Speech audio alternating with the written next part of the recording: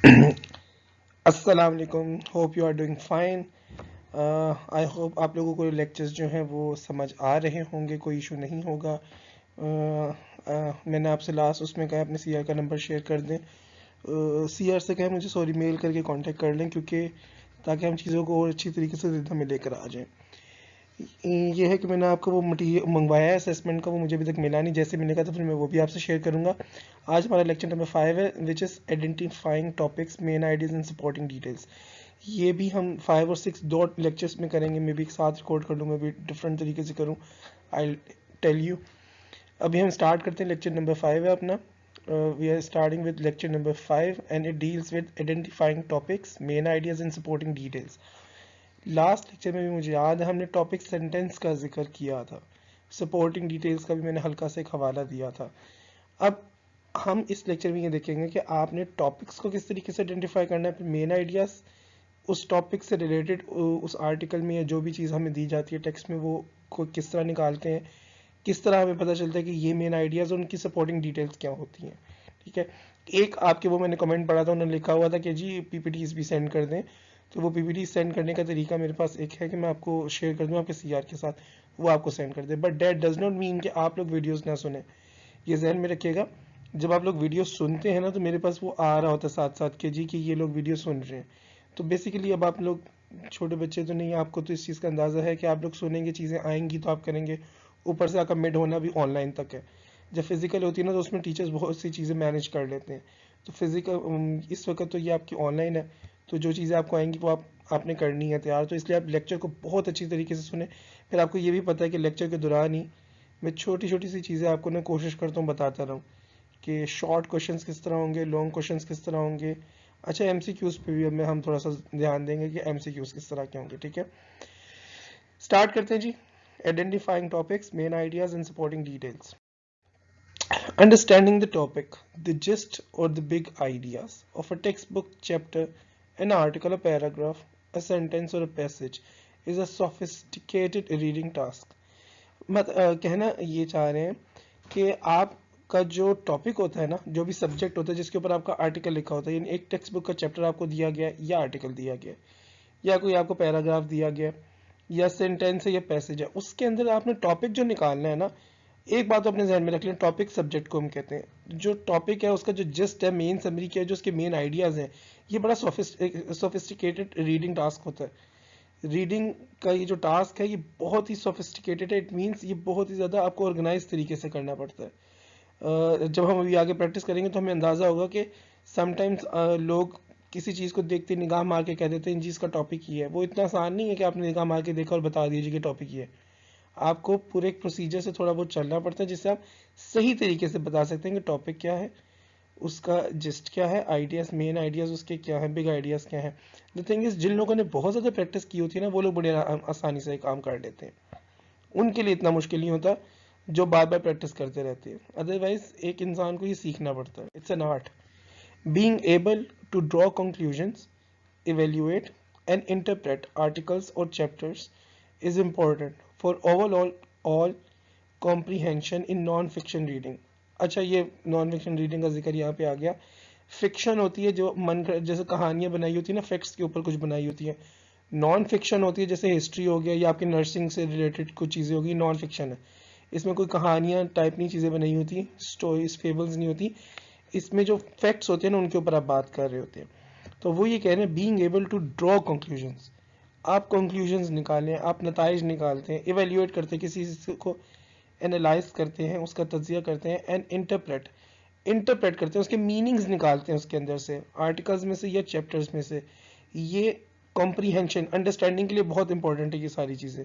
ठीक है, आपने एक टेक्स्ट, आपको एक आर्टिकल दिया गया है, आपने उसको समझना है, आपने चैप्टर है उसको पढ़ना है या आपने कोई बुक है उसको पढ़ना है, तो आपने उसको समझना है। उसको समझने के लिए बहुत ज़रूरी है कि आप उसमें कंक्लूजन्स करें, सब्जेक्ट देखें, इवेल्युएट करें, एनालिसिस करें कि सब्जेक्ट का टॉपिक, बुक का टॉपिक क्या है, वो किस बारे में बात कर रही है। फिर आपने मीनिंग भी निकालना होता है उसके अंदर से, ये बड़ा इंपॉर्टेंट है।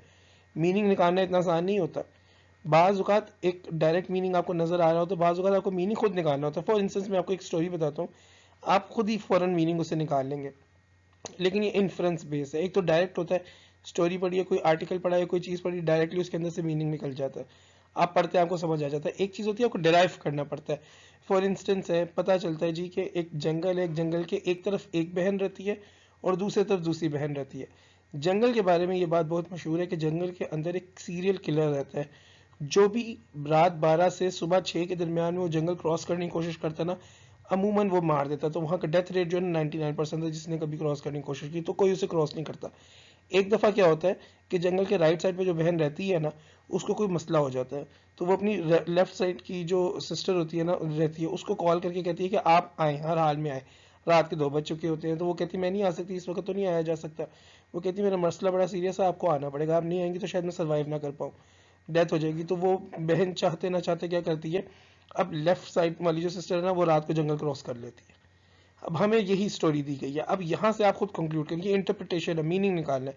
इसका मीनिंग बड़ा क्लियर है कि जी वो वहाँ पे चांसेस बड़े कम हैं वहाँ जाने के, तो हमारा इंटरप्रिटेशन हमारी यही होगी कि उसकी डेथ हो जाएगी, वो किलर जो उसको किल कर देगा। तो इस तरीके से ना अपने स्टोरी के अंदर से इन्फ्लुएंसेस बेस भी कंक्लूजन्स या एवेल्यूएशन करनी होती है, इंटरप्रेट करना तो मीनिंग्स निकालने होते हैं। Textbook chapters, articles, paragraphs, sentences और passages all have topics and main ideas. अच्छा, आपकी जितनी भी चीज़ें हैं ना, आपके चैप्टर्स हैं, आर्टिकल्स हैं, पैराग्राफ्स, सेंटेंसेस हैं, पैसेजेस हैं, हर एक के मेन आइडिया टॉपिक्स होते हैं और मेन आइडियाज होते हैं। अमूमन तो आप लोग जैसे बुक अगर फाइंड करने जाते हैं, बुक खरीदने जाते हैं, तो पहले आप उसका क्या कहते हैं टॉपिक देखते हैं। अगर आपको लगता है ना कि टॉपिक अच्छा आपके आपके पसंद के मुताबिक है तो आप पढ़ते हैं।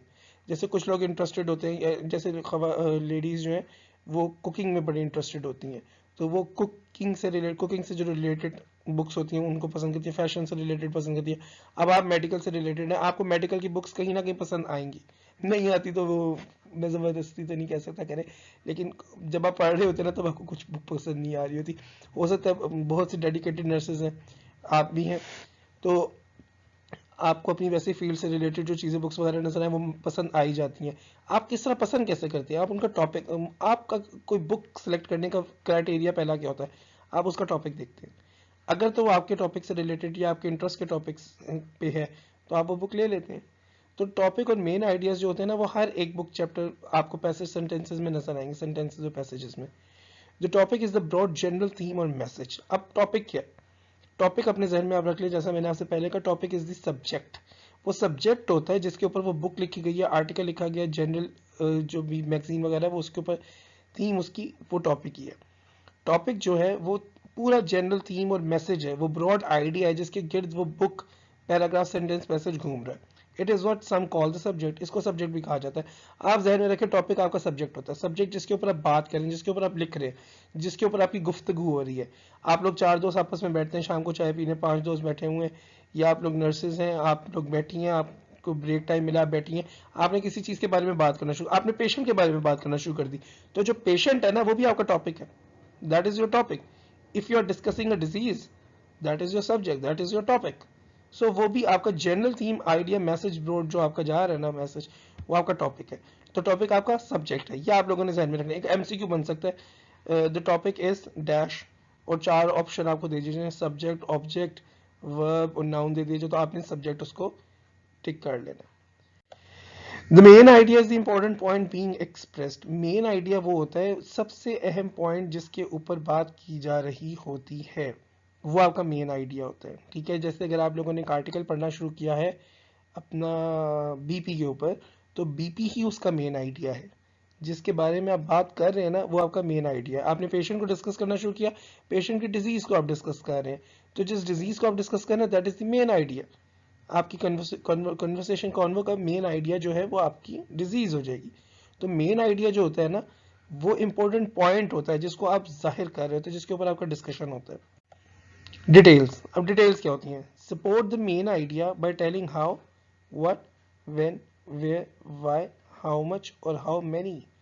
आपका जो मेन आइडिया होता है ना उसको सपोर्ट करती हैं आपकी डिटेल्स, उन्हें हम कहते हैं सपोर्टिंग डिटेल्स। ठीक है, ध्यान में रखिएगा किस तरह, उसके हाउ बताएंगे, what, when, why, where, how much और हाउ मेनी बताएंगे आपको। कैसे, फॉर एग्जांपल आपका डिजीज के बारे में आप डिस्कस करें पेशेंट की, ये आपका मेन आइडिया है। हाउ, अब आप उसका हाउ डिस्कस करेंगे, किस तरह वो ट्रांसमिट होती है, क्या कंटेजियस है, क्या वायरस से होती है, क्या बैक्टीरिया से होती है, ये जो भी डिजीज है हाउ किस तरह होती है, होने का तरीका, व्हाट क्या रीजंस है, कॉजेस क्या है उसकी, व्हाट देखेंगे, व्हेन कब होती है, किस एज में हो सकती है, किस जेंडर को हो सकती है, क्या चीज़ें ना एहतियात करने से हो सकती है, वेयर किन किन जगहों से, जैसे डेंगू का था कि डेंगू जो ओपन स्पेसेस पे अगर वाटर पड़ा हो जो गंदा हो जाए तो फिर वो वहाँ से डेंगू हो सकता है, वाई क्यों होता है, अनहेल्दी चीज़ों की वजह से, हाउ मच कितना ज़्यादा हो सकता है, और हाउ मेनी फ्रीक्वेंसी उसकी क्या हो सकती है उस डिजीज़ की। तो ये सारी की सारी जो आप मेन आइडिया को सपोर्ट करने के लिए डिटेल्स देंगे ना, वो सारी सपोर्टिंग डिटेल्स है। Locating the topic, main idea and supporting details help you understand the points the writer is attempting to express। अच्छा यहाँ पे आप लिख लें पर्पस क्या होगा, purpose of topic make an idea and supporting details. ठीक है, इसका पर्पस क्या होता है, ये हम क्यों करते हैं, ये 2 मार्क्स का एक शॉर्ट क्वेश्चन भी आपका बन सकता है। इसका पर्पस ये होता है जब आप टॉपिक, मेन आइडिया और सपोर्टिंग डिटेल्स को ढूंढ लेते हैं, फाइंड करते हैं, सर्च कर लेते हैं ना, तो ये आपकी मदद देती हैं कि जो पॉइंट राइटर आपको बयान करना चाह रहा है ना, उसके बारे में आप लोग जान सकें, आप अंडरस्टैंड कर सकें। अब आपको टॉपिक का पता है, मेन आइडिया सपोर्टिंग डिटेल्स का पता है, जो हम अभी डिजीज़ की बात कर रहे थे ना, कि आपका पेशेंट है, उसके टॉपिक क्या है जी, डिजीज़ है उसका, और मेन सॉरी टॉपिक पेशेंट है, मेन आइडिया उसका डिजीज़ है, सपोर्टिंग डिटेल्स पर आप बात करें, इससे क्या होगा, इससे होगा ये कि आप राइटर का पॉइंट ऑफ व्यू समझ सकेंगे। अगर आप उसके ऊपर आर्टिकल पढ़ें, अगर आप दोस्त आपस में बैठ के बात कर रहे हैं ना, जानना चाह रहे हैं, एक दूसरे से बात कर रहे हैं, तो क्या होगा, आप एक दूसरे का पॉइंट ऑफ व्यू समझ पाएंगे कि आपका पॉइंट ऑफ व्यू क्या है, आप एक्सप्रेस क्या करना चाह रहे हैं। तो इसलिए ये बहुत इंपॉर्टेंट होते हैं राइटर के पॉइंट ऑफ व्यू को समझने के लिए, टॉपिक, मेन आइडिया और सपोर्टिंग डिटेल्स।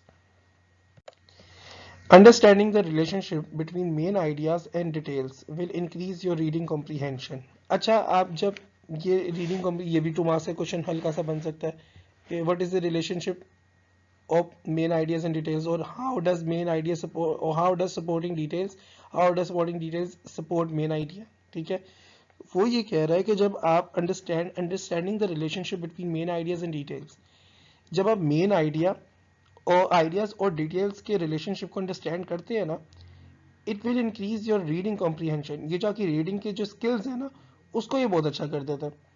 फिर आपको समझ आ जाती है कि किस तरीके से सपोर्टिंग डिटेल्स जो हैं वो मेन आइडिया को सपोर्ट कर रही हैं, उसी के मुताबिक बात कर रही हैं। आपको आगे अंडरस्टैंड करने में चीज़ें आसानी होती है, आपको बाद में मेन आइडिया देखने की ज़रूरत नहीं होती, आप उसे रिलेट करते जाते हैं कि किस किस तरीके से ये सपोर्टिंग डिटेल बता रही है कि मेन आइडिया को ये बेनिफिट करेगा या उससे रिलेटेड है। ग्रेस्पिंग द मेन आइडिया, अब हम आगे देखेंगे कि मेन आइडिया को किस तरीके से हमने अंडरस्टैंड करना है। A paragraph is a group of sentences related to a particular topic। ये पैराग्राफ की डेफिनेशन आ गई, ये भी 2 मार्क्स का आ सकता है। ठीक है, लेकिन आपको अगर 2 मार्क्स का आता है तो आपने खाली इतना नहीं लिखना कि जी, a paragraph is a group of sentences related to a particular topic। अब इसके आगे भी लिखेगा every paragraph has a purpose, important point और main idea। ठीक है, इतना काफ़ी है, 2 मार्क्स के लिए इतना बहुत है। A paragraph is a group of sentences related to a particular topic। अब आप पैराग्राफ लिखते हैं किस पे, क्यों लिखते हैं, आपको याद होगा हम ऐसे की प्रैक्टिस करते थे, पैराग्राफ लिखने की प्रैक्टिस करते थे। पहली चीज तो आप ये जहन में रख लें अच्छी तरीके से कि पैराग्राफ एक ही पैरा होता है पूरा, चाहे वो 3 पेजेस पे हो, 6 पेजेस पर चला जाए, वो एक ही होता है पूरा, आप उसके डिफरेंट पैराग्राफ नहीं बनाते। अगर आप डिफरेंट पैराग्राफ बनाएंगे तो वो ऐसे हो जाएगा, वो पैराग्राफ नहीं रहेगा। पैराग्राफ क्या होता है, a paragraph is a group of sentences related to a particular topic. एक टॉपिक के ऊपर मुख्तलिफ सेंटेंसेस जमा करके जो बात की जाती है ना, उसको हम पैराग्राफ कहते हैं। Every paragraph has a purpose, important point और मेन आइडिया। हर पैराग्राफ जो होता है ना, उसका एक मकसद होता है, उसके अंदर एक पॉइंट होता है, मेन इंपॉर्टेंट पॉइंट होता है, मेन आइडिया होता है, जिसको वो पैराग्राफ डिस्कस कर रहा होता है, या उस पैराग्राफ के थ्रू राइटर जो है ना अपना पॉइंट ऑफ व्यू देने की कोशिश कर रहा होता है। The main idea is the most important piece of information the author wants you to know about the paragraph. जो मेन आइडिया वो आपको देना चाह रहा है ना, बेसिकली वो पैराग्राफ लिखने का पर्पस क्या है, मेन आइडिया। तो मेन आइडिया जो है ना, वो सबसे इंपॉर्टेंट इन्फॉर्मेशन है जो ऑथर आप लोगों के साथ शेयर करना चाहता है। आपका पर्पस ये है कि आप उसके अंदर से मेन आइडिया जो उसे एक्सट्रैक्ट करें। A writer will state his or her main idea clearly somewhere in the paragraph। एक राइटर जो होता है ना, वो बहुत वाजिया प्रोफाउंड अल्फाजों में अपना जो मेन आइडिया है ना, वो पर्पस जो है राइटिंग का, आर्टिकल की, कॉलम की, अपना रिसर्च वर्क की, बुक की, वो बड़ा क्लियरली उसके अंदर स्टेट करता है कि उसका मेन आइडिया क्या है। That main idea may be stated at the beginning of the paragraph, in the middle और at the end of the paragraph. यहाँ पे एक 2 मार्क्स का शॉर्ट आंसर क्वेश्चन बनाया जा सकता है, where usually can we find the main idea, कि नॉर्मली हमें मेन आइडिया पैराग्राफ में कहाँ मिलेगा। ठीक है, तो इसका आंसर ये हो जाएगा जी कि मेन आइडिया जो वो बिगिनिंग में भी हो सकता है, मिडिल में भी हो सकता है, एंड में भी हो सकता है। जैसा मैंने आपको टॉपिक सेंटेंस का बताया था, मैं बार बार टॉपिक सेंटेंस का आपको कहता हूँ कि उस ध्यान में रखें, बड़ा इंपॉर्टेंट होता है। टॉपिक सेंटेंस स्टार्ट में भी हो सकता है, टॉपिक सेंटेंस मिडिल में भी हो सकता है और एंड में भी हो सकता है। अच्छा, a writer will state his or her main idea clearly somewhere in the paragraph। Writer जो है ना वो मेन आइडिया बड़े क्या कहते हैं क्लियर प्रोफाउंड वे में ना, क्लियर वाज़े अंदाज में ना आपके साथ शेयर करता है पैराग्राफ के अंदर, बड़ा क्लियर नजर आता है। मेन आइडिया जो वो स्टार्ट में भी हो सकता है, मिडिल में भी हो सकता है, एंड में भी हो सकता है। The sentence in which the main idea is stated is called topic sentence of that paragraph. जिस सेंटेंस के अंदर भी आपका मेन आइडिया स्टेट होता है ना, वही आपका जो सेंटेंस होता है ना, उसको हम टॉपिक सेंटेंस कहते हैं। ठीक है, ये बात अपने जहन में रखिएगा आप, उसको हम टॉपिक सेंटेंस कहते हैं। तो आया, ये अपने जहन में बिठा लीजिएगा कि राइटर पैराग्राफ के अंदर अपना मेन आइडिया देता है। मेन आइडिया शुरू में, दरमियान में, एंड में कहीं भी हो सकता है, और मेन आइडिया जिस सेंटेंस में होता है ना, उसको हम टॉपिक सेंटेंस कहते हैं। ठीक है, फॉर इंस्टेंस, मिसाल के तौर पे क्या किया जा सकता है, ओके, हम लेटर करते थे, लेटर लिखते थे हम, राइटर लेटर के पैराग्राफ में, हाँ, हम लेटर के पैराग्राफ के साथ स्टार्ट करते थे, हाय या हो या अस्सलाम वालेकुम, अस्सलाम वालेकुम, how are you, I am fine, और I am sailing in the same boat, I am quite high and hearty. The purpose of writing this letter is to inform you about the activities which are going in my school or something in my college something। अब आप यहाँ पे देख लो ना, यहाँ पे main topic वाला sentence कौन सा, अब आपने स्टार्ट पैराग्राफ स्टार्ट करें, अस्सलाम वालेकुम, how are you, I am fine, I am quite hale and hearty. अब ये देखिए, ये सारी लाइंस जो है ना, ये टॉपिक सेंटेंस नहीं है आपका। आपका टॉपिक सेंटेंस अगला जो ये सेंटेंस है ना, I am writing this letter to inform you about the activities which are being going on in my school और इन माई कॉलेज और इन माई यूनिवर्सिटी, ये जो वाला सेंटेंस है ना आपका, ये टॉपिक सेंटेंस है, ये आपका मेन आइडिया है। यहाँ पे आपको, और देखो अब आपका मेन आइडिया जो थर्ड लाइन में आ रहा है, इस पैराग्राफ के जो हमने जितना पैराग्राफ मैंने कहा है उसके एंड में आ रहा है, स्टार्ट में नहीं आ रहा। फिर मेन आइडिया जो है उसमें आपको क्लियरली उसने बताया कि उसका आइडिया क्या है, राइट। मेन आइडिया ये है कि लेटर जो है इसलिए लिखा जा रहा है कि एक्टिविटीज जो यूनिवर्सिटीज में हो रही है उसके बारे में आपको बताया जाए। ठीक है, that is the main idea. और फिर उस सेंटेंस को अगर आपसे कहा जाए ना कि टॉपिक सेंटेंस को अंडरलाइन करें, तो आप इसमें अस्सलाम वालेकुम, how are you, I am quite hale and hearty, the purpose of writing this letter is to tell you about the activities going on in the school, in the college or university।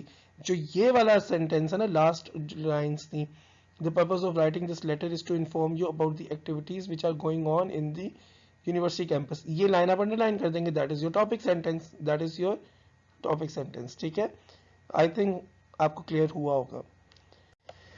The topic sentence announces the general subject, ideas और arguments to be dealt with in the paragraph। अच्छा, अब ये जहन में रखिएगा कि जैसे हमने अभी बात की थी कि टॉपिक सेंटेंस के अंदर बड़ा क्लियरली नजर आ रहा होता है कि मेन आइडिया क्या है। टॉपिक सेंटेंस जो होता है ना आपका अनाउंस भी कर देता है जनरल सब्जेक्ट, आइडिया और आर्ग्यूमेंट जिस पे आप बात करने लगे। फॉर एग्जाम्पल, अगर मैं यही टॉपिक में बात करना शुरू करता हूँ, आप सेंटेंस से अंदाजा लगा लेंगे कि इसका main idea subject, general subject क्या है। Gentlemen or ladies, today I will talk about harmful effects of smoking। ठीक है, अब जब मैंने सेंटेंस लिखा है या कहा है today I will talk about harmful effects of smoking, अब यही जो है मेरा सब्जेक्ट यहीं से पता चल जाता है इस टॉपिक सेंटेंस से कि आज मैं सब्जेक्ट जो है वो हार्मफुल इफेक्ट्स ऑफ स्मोकिंग है, खाली स्मोकिंग नहीं, हार्मफुल इफेक्ट्स ऑफ स्मोकिंग। इसी तरीके से अगर मैं एक चीज़ लिखना शुरू करता हूँ, it is quite क्या किया जा सकता है, it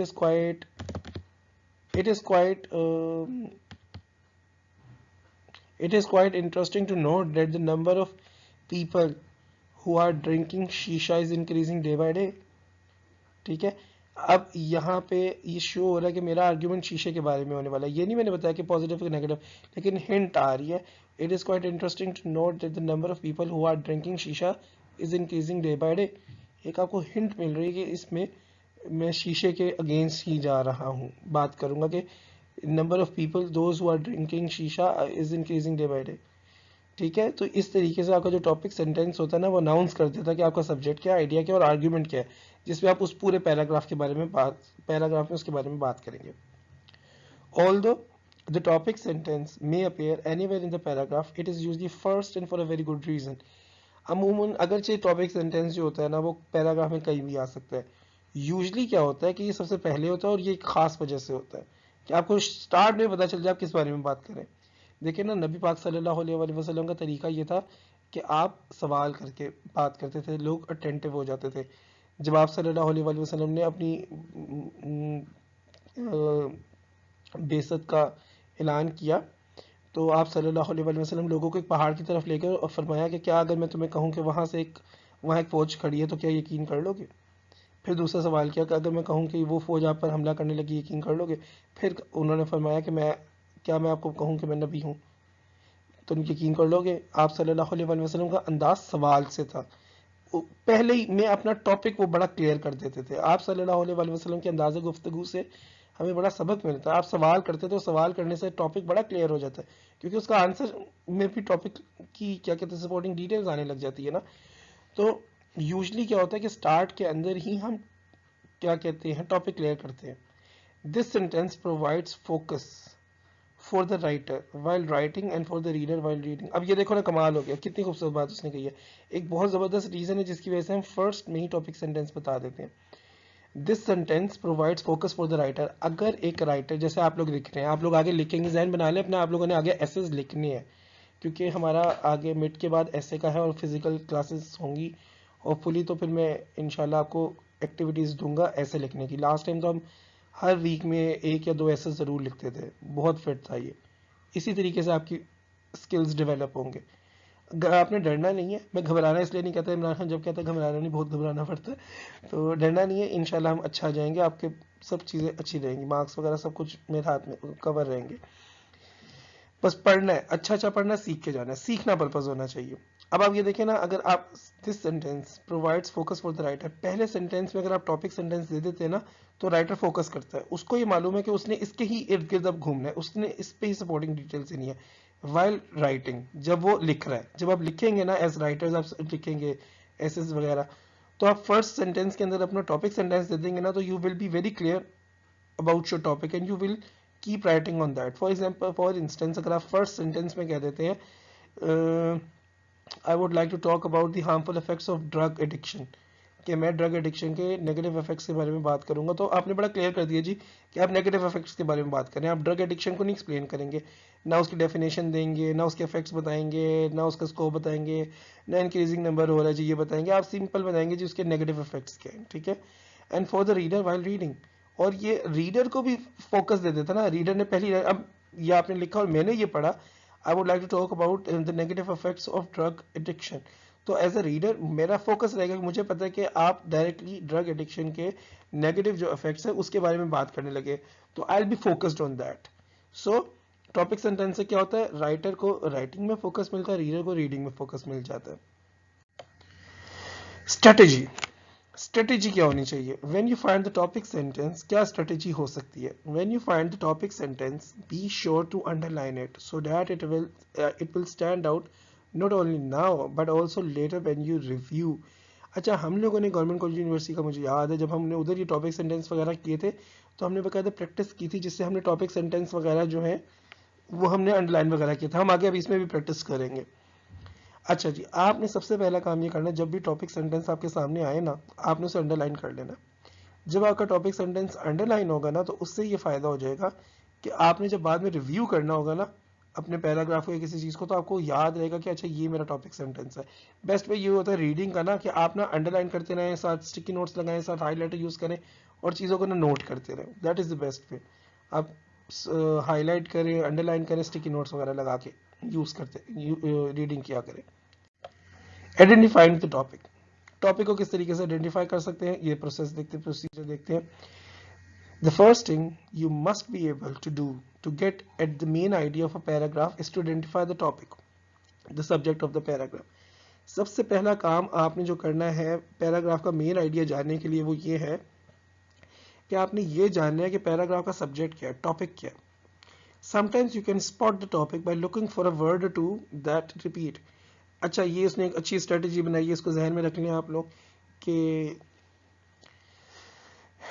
बाज़ औक़ात आप टॉपिक को एक या दो लफ्ज़ ऐसे होंगे जो बार बार रिपीट हो रहे होंगे, उनको जैसे ही आप देखेंगे ना आपको समझ आ जाएगा कि टॉपिक क्या है। Usually you can state the topic in a few words. अब आपने जब टॉपिक बताना है ना तो आपने फ्यू वर्ड्स के अंदर ना टॉपिक एक्सप्लेन कर देना, बता देना जी कि ये हमारा टॉपिक है। अच्छा, ये वाला जो है ना, ये आपका लॉन्ग क्वेश्चन बन सकता है कि what is, how can you locate the topic. ठीक है, अभी हम देखेंगे इस पे हमारे पास और कितना मटेरियल है, कोई मैटर्स कि आप लॉन्ग क्वेश्चन बना रहे हैं तो वो थोड़ा बहुत लिख भी लें आप। ठीक है, तो ये हम यहाँ से देखेंगे, ये बन सकता है एक long question. Think of the paragraph as a wheel with the topic being the hub. Hub कहते हैं सेंटर को, the central core around which the whole wheel of paragraph spins. अब आप ये देखें ना, ये सेंटर है, दिस इज द हब।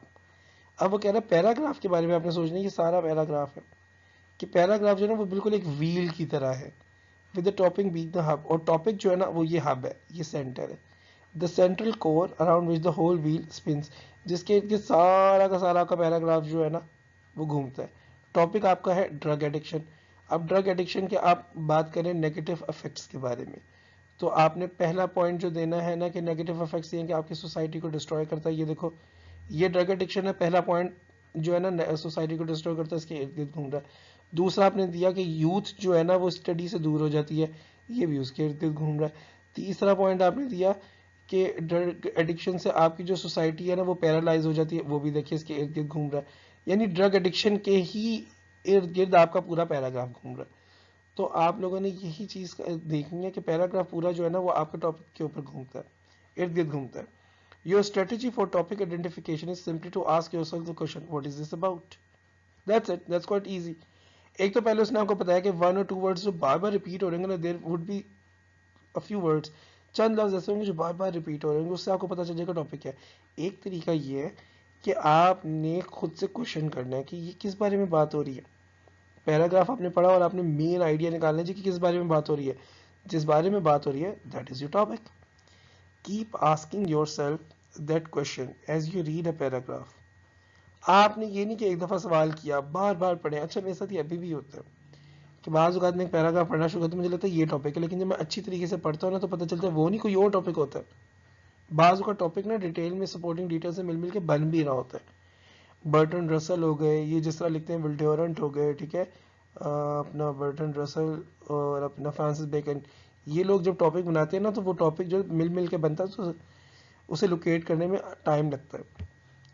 तो आप ये क्वेश्चन बार बार पूछते रहें, टॉपिक किस बारे में, पैराग्राफ किस बारे में, until the answer to your question becomes clear. जब तक आपके जहन में आंसर क्लियर नहीं हो जाता ना कि राइटर एग्जैक्टली इस बारे में बात कर रहा है, तब तक आप बार बार अपने जहन में सवाल करें कि जी पैराग्राफ किसके बारे में। जब आपको क्लियर हो जाएगा ना पैराग्राफ इस चीज के बारे में, दैट इज योर टॉपिक, वही आपका टॉपिक है।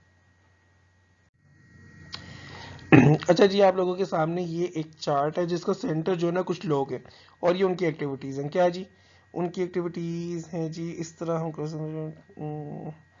किस तरह बेहतर रहेगा,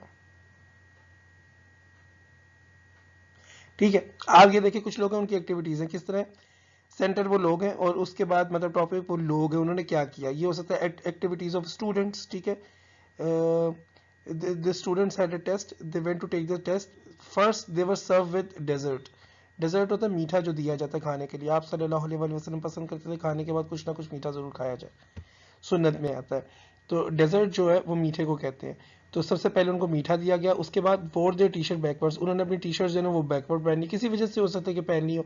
थर्ड वन क्या जी, took a test before the studied, study करने से पहले उन्होंने अच्छी तरीके से एक टेस्ट था वो दिया, उसके बाद स्टडीज करने के बाद try to walk home backward, फिर उन्होंने बैकवर्ड वापस जाना शुरू कर दिया, घर की तरफ चले गए, खेल खुल के मस्तियां करके गए। द थिंग इज, जो चीज समझने की वो ये कि टॉपिक वही है, एक्टिविटीज ऑफ स्टूडेंट्स, ठीक है। उसके गिर्द ही आपका सारा का सारा जो टॉपिक है ना, जो मेन आइडिया है, जो सपोर्टिंग डिटेल्स हैं वो उसके गिर्द घूमी है।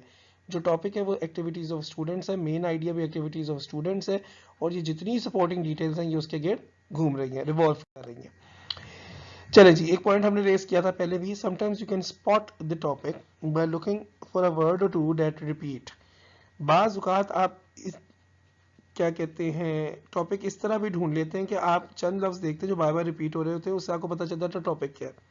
इसी तरीके से usually you can state the topic in a few words. Normally बेहतर तो यही है कि आप चंद लफ्जों के अंदर जो टॉपिक है ना उसे बता दें कि आपका टॉपिक ये है। Let us try this topic finding strategy. चले हम एक कोशिश करते हैं कि इस स्ट्रेटेजी को यूज करें और टॉपिक ढूंढें जी कि टॉपिक क्या है हमारा। रीड द पैराग्राफ, इस पैराग्राफ को पढ़ें। आस्क योरसेल्फ द क्वेश्चन, अपने आप से सवाल करें what is this paragraph about, ये पैराग्राफ किस बारे में है, ये पैराग्राफ किस बारे में लिखा गया है। To answer say to yourself in your mind, answer करने के लिए अपने जहन में अपने आप से कहें the author keeps talking about dash, कि ऑथर बार बार इस चीज के बारे में बात कर रहा है, the topic must be dash, तो टॉपिक यही होगा। ये हम वो कुछ लफ्जों के रिपीट होने वाली बात कर रहे हैं। और देखिए कीवर्ड्स इसने देखिए इसमें अंडरलाइन किए हुए हैं। Swim teams can be good for kids, जो स्विमिंग की टीम्स है ना ये बच्चों के लिए अच्छी हो सकती हैं। अच्छा स्विमिंग से मुझे याद आया कि देखिए ना आप सल्लल्लाहु अलैहि वसल्लम ने हमें बड़ा कुछ बताया, हमारा मसला है कि हमने लिए ही नहीं। आप सल्लल्लाहु अलैहि वसल्लम ने फरमाया था कि बच्चे को 3 चीजें सिखाओ, एक तो ये तीरंदाजी, एक ये जो डार्ट्स नहीं होते जिसमें हम डार्ट्स मार रहे होते हैं, और तीसरा तैराकी। अब ये क्यों, देखो आप लोगों का अभी तक एक बहुत बड़ा मसला रहता है कि जी हम करना कुछ चाहते थे आ कहीं गए, लाइफ में हमारा फोकस नहीं होता, जिंदगी में फोकस नहीं हो रहा, प्रोफेशन में भी फोकस नहीं हो रहा। आप सल्लल्लाहु अलैहि वसल्लम ने जो गेम्स कहे थे ना सीखने को कि बच्चों को सिखाएं, उनमें से एक था ये डार्ट। डार्ट में होता है ना एक एरो टाइप छोटी सी चीज पकड़ के हम वो मारते हैं, वो पॉइंट होता है उस पर जाके लगता है, तो दैट इज डार्ट। उसकी वजह क्या थी, उसकी वजह ये थी डार्ट जो है ना वो आपको फोकस करना सिखाती है। तो आप सल्लल्लाहु अलैहि वसल्लम ने हमें बड़ा कुछ दिया, हमने खैर लिया नहीं, अल्लाह माफ़ करे। हमें चाहिए कि कंसर्न उधर फोकस करें, देखें उधर फोकस करें। पैराग्राफ को ज़रा गौर से पढ़ते हैं। Swim teams can be good for kids, swim teams जो बच्चों के लिए अच्छी हो सकती हैं। एक तो यहाँ पे कीवर्ड स्विम टीम है, एक गुड है और एक किड्स है। दे मेक फ्रेंड्स, इससे फ्रेंड्स बनते हैं। The kids get wet and have fun, बच्चे गीले भी हो जाते हैं और वो मतलब उनको एंजॉय भी करते हैं। दे एक्सरसाइज देयर बॉडीज, बॉडीज उनके क्या कहते हैं एक्सरसाइज करती हैं। अब यहाँ पे देखो मेक फ्रेंड्स ये भी गुड है, यानी देखो गुड को सपोर्ट कर रहा है। दे हैव फन ये भी बच्चों के लिए अच्छा है, फिर एक्सरसाइज भी करते हैं ये भी बच्चों के लिए अच्छा है, can be good for kids, ठीक है, उसको सपोर्ट कर रहा है। They learn to swim faster, वो स्विम करना तेजी से सीख जाते हैं। The teams go to swim meets, जो टीम्स हैं वो स्विम मीट्स की तरफ भी जाती हैं। They race other teams at the meetings, at the meets, meets में वो दूसरी टीम्स जो होती हैं उनके साथ भी रेस करते हैं, रेसिंग करते हैं। Some of them will win and that feels great, उनमें से कुछ जीत जाएंगी और ये अच्छा भी लगेगा। तो देखो एक स्विम टीम की बात हो रही है, फिर उसके एडवांटेजेस की बात हो रही है किड्स के लिए, और फिर क्यों वो गुड है, ठीक है, इस चीज की बात हो रही है। अच्छा जी, तो लास्ट टॉपिक का जो तो वो क्लियर होगा कि swim teams are good for the kid, ये उसी का टॉपिक बड़ा क्लियर था। अब हम एक और टॉपिक पढ़ते हैं, इससे हमें इसके बारे में भी थोड़ा क्लैरिटी आएगी मजीद कि आपने टॉपिक इस तरीके से फाइंड करना। उसमें बार बार कुछ वर्ड्स रिपीट हो रहे थे। अब याद देखिएगा, read the second paragraph, ask yourself what is this paragraph about, ये पैराग्राफ पढ़े और अपने आप से पूछे किस बारे में है। Tim Coates went blind as a team, ठीक है, he did not let his blindness stop him, he learned how, Tim Coates जो है टीन जब जवान था तो ब्लाइंड हो गया, अंधा हो गया। ही did not let his blindness stop him, लेकिन उसने अपनी जो ब्लाइंडनेस है ना उसे अपने आप को रोकने ना दिया। He learn how to water ski, उसने ये सीखा कि किस तरीके से वाटर स्की की जाए, वाटर स्की की जाए। एंड हाउ टू कनोए, कनोए होता है छोटी छोटी कश्तियाँ होती हैं ना, उसकी रेस होती है, उनको चलाना, छोटी कश्ती को चलाना ना उसको कनोए कहते हैं। इसकी भी रेसिंग भी होती है जिसे रॉ कहा जाता है, ROW रॉ। तो उसने फिर ये सीखा कि किस तरह छोटी कश्तियों को चलाया जाए। He learn how to compose music, उसने सीखा कि किस तरीके से म्यूजिक बनाया जाए। He became a black belt in martial arts, वो मार्शल आर्ट्स में ब्लैक बेल्ट भी बन गया।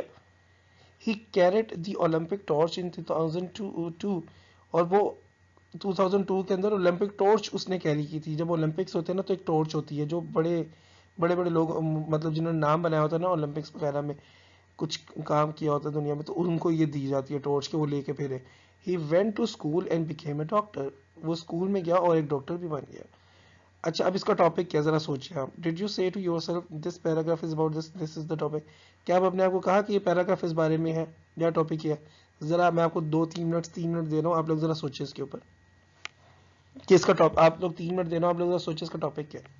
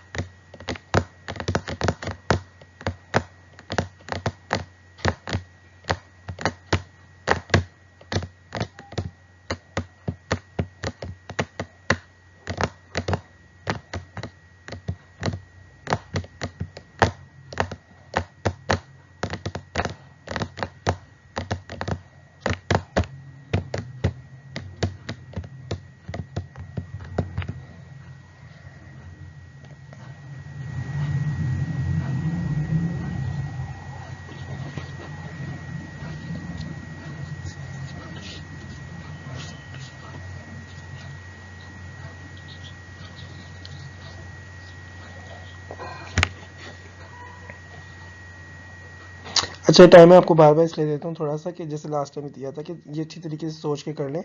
ये अभी आप प्रैक्टिस करेंगे ना, खुद करेंगे आप लोग, तो आप लोगों का इंशाल्लाह पेपर में भी अच्छा अटेम्प्ट होगा और वैसे लाइफ में भी आपको समझ आएगा ये चीज़ें करनी कैसे हैं। अच्छा जी, बड़ा इसका सेंटेंस ही बड़ा क्लियर था इसके अंदर। ये सेकेंड सेंटेंस देखें, ही did not let his blindness stop him. इस सारे सेंटेंस के अंदर जो है ना, टोटल बात उन्होंने जो कंप्लीट टॉपिक है ना उसके ऊपर कर दिया कि देखिए पहले वो बता रहे Tim Coates went blind as a tin.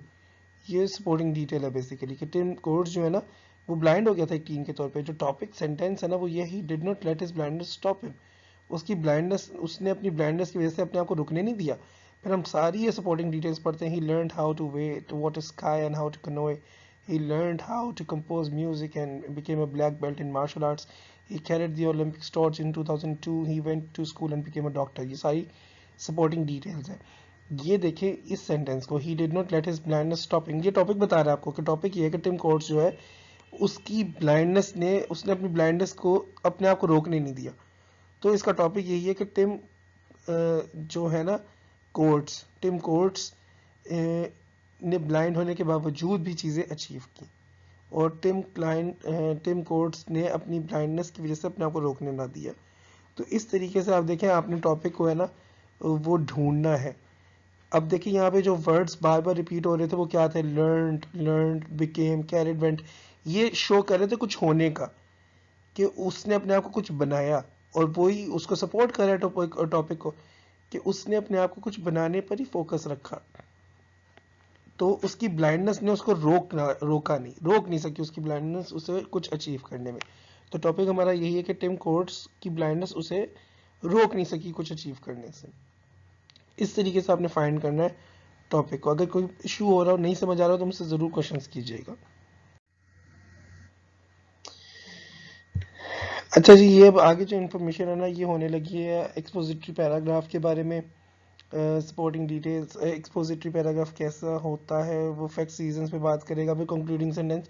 क्योंकि हम आगे जाएंगे ये देखने में कि किस तरीके से आपने जो टॉपिक सेंटेंस है उसको फाइंड करना, उसकी एक्सरसाइजेस की तरफ जाने लगे हैं। तो उससे पहले थोड़ा एक्सपोजिटरी पैराग्राफ के बारे में जानेंगे वगैरह, उसके बारे में डिटेल है। तो मेरा ख्याल है कि हम नेक्स्ट लेक्चर में कवर करेंगे। आज के लिए पहले ही हमने बहुत पढ़ लिया है, बहुत सी चीज़ें हो गई हैं, इनफ है। क्योंकि ये ना फिर अब मिक्स करने लग जाएगा, और फिर मेरा ख्याल है कि हमने नेक्स्ट लेक्चर में करना है, तो उसमें बेहतर है कि हम उसमें वो साथ प्रैक्टिस करेंगे ना, तो ये चीज़ें रिवाइज भी हो जाएंगी और साथ प्रैक्टिस भी हो जाएंगी। उसमें मैं बात करते हुए कुछ चीज़ें जो रिवाइज करनी होंगी वो कर दूंगा। तो अब मुझे नहीं पता आप लोगों ने अभी तक वो सीआर से कह दिया कि नहीं कहा। मैं लेक्चर के दौरान इसलिए रिपीट करूँ कि यहाँ से आपको कन्वे कर दूँ कि आप अपने सीआर से कहें कि मुझे ईमेल कर दें। अगर आप कर दिए तो मेरी बात होगी तो इट्स ओके, अगर नहीं की तो मैं दोबारा कह रहा हूँ कि सीआर से कहें। जो भी सुन रहे कोई एक सीआर से कहे कि मुझे ईमेल करें ALIASLAM8892@yahoo.com, अली असलम 8892@yahoo.com, ताकि फिर हम चीज़ों को देख लें कि हमने किस तरीके से करना है। चलें जी, अपना ख्याल रखिएगा। नेक्स्ट लेक्चर तक के लिए अस्सलाम वालेकुम।